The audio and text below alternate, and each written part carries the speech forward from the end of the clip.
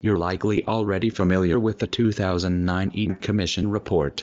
It was this report that raised the issue of EMP preparedness for the American public. It's notorious, stating that just 1 year after an EMP attack, 90% of the American population would be dead, caused alarm throughout multiple sectors of society. Books began to be written on the subject. Sales of Ted Koppel's Lights Out, 4th Gen's 1 second after, and Crawford's Lights Out quickly reached blockbuster levels. And while we believe that these books, and that report, brought the issue of an electromagnetic pulse to light for Americans, I don't believe it showed Americans just how real of a threat it is. To truly understand just how very real of a risk this is, I believe all we have to do is look at the battle plans of some of the nations that hate America most. Let us start with Russia. Non-contact warfare was the name of Russian General Vladimir Slepichenko's military textbook. Within this text, he explains how EMPs are the greatest revolution in military affairs in history.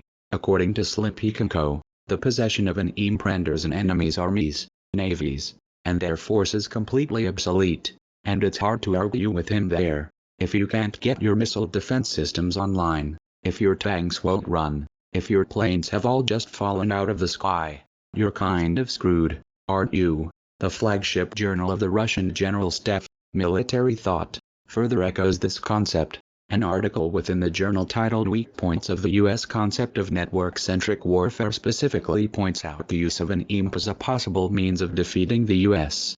Aside from the concern that comes from foreign military journals, specifically hatching battle plans against your country, Russia now possesses what is known as a super EMP, which is a weapon of drastically increased pulse amplitude capable of disabling spacecraft, radar sites, ICBMs, energy supply systems, military command systems, and economies as well. And to top things off, it's designed as a first strike weapon. Just food for thought. As of 2017, the US had no super EMPs that the public was aware of. What about China? Things are no different here. EMP capabilities, theory, and defenses seem to be going relatively fast here, just like Russia.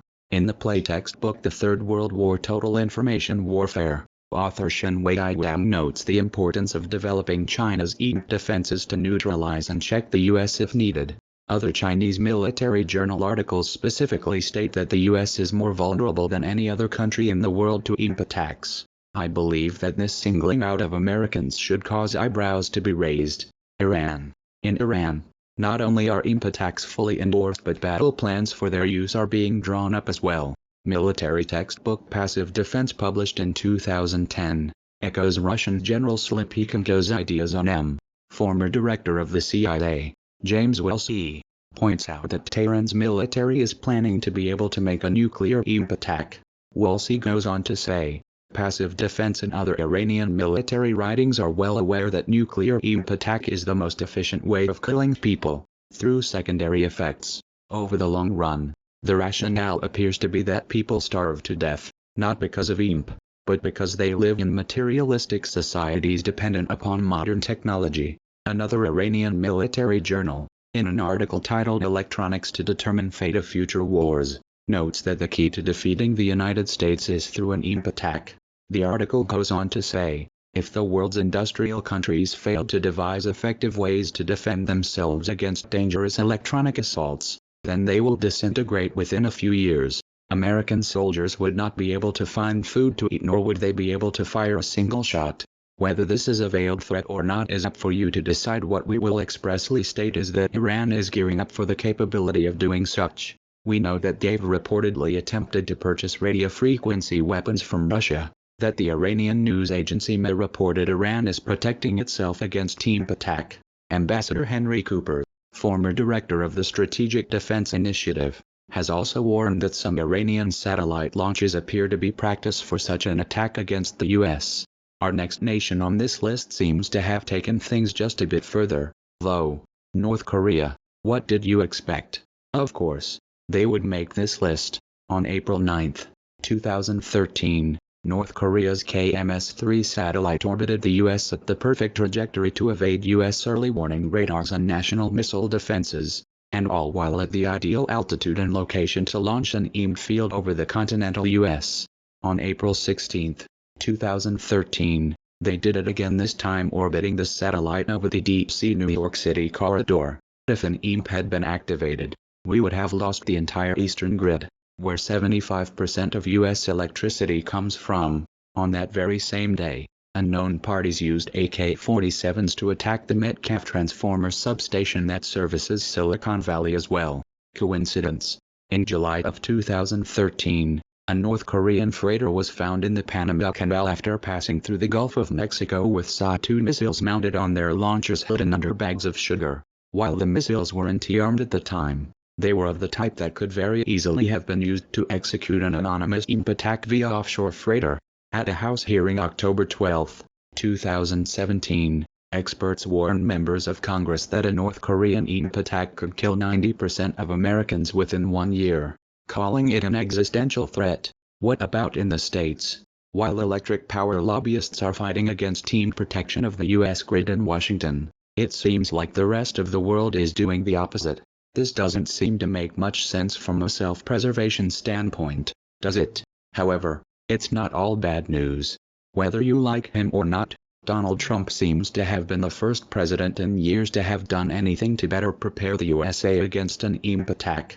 On October 13, 2016, Trump signed Executive Order 13744, coordinating efforts to prepare the nation for space weather events. While this was most certainly not directed towards EMP preparedness, the fact of the matter is that space weather and EMP preparedness often overlap.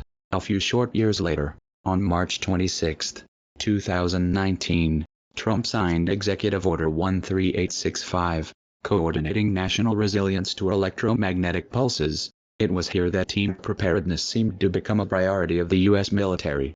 Shortly after the CO was given, the Department of Homeland Security began investigated research-proven techniques to better protect critical American infrastructure against EMP attack, likely the most significant step that the U.S. government has taken to date to defend itself against an EMP. Final thoughts. So while the U.S. has taken some steps to better research what we can do to protect ourselves against EMP, it doesn't appear as if we're anywhere near as ready as many other nations worldwide are, particularly those who would love to see America fall. What conclusions can we draw from such? I'll leave that up to you to decide, but just know, for the moment, it looks as if we're showing up to a fight empty-handed. All of the above information is readily available by reading EMP expert Dr. Price's 2017 report to the Commission to assess the threat to the United States from electromagnetic pulse EMP attack. It's a more extended file, but it's in the public domain, and you can easily access it down below. We believe it's well worth the read. For those seeking more references to the subject, you can find that also down below as well. We are anonymous. We are legion. We do not forgive. We do not forget. Expect us.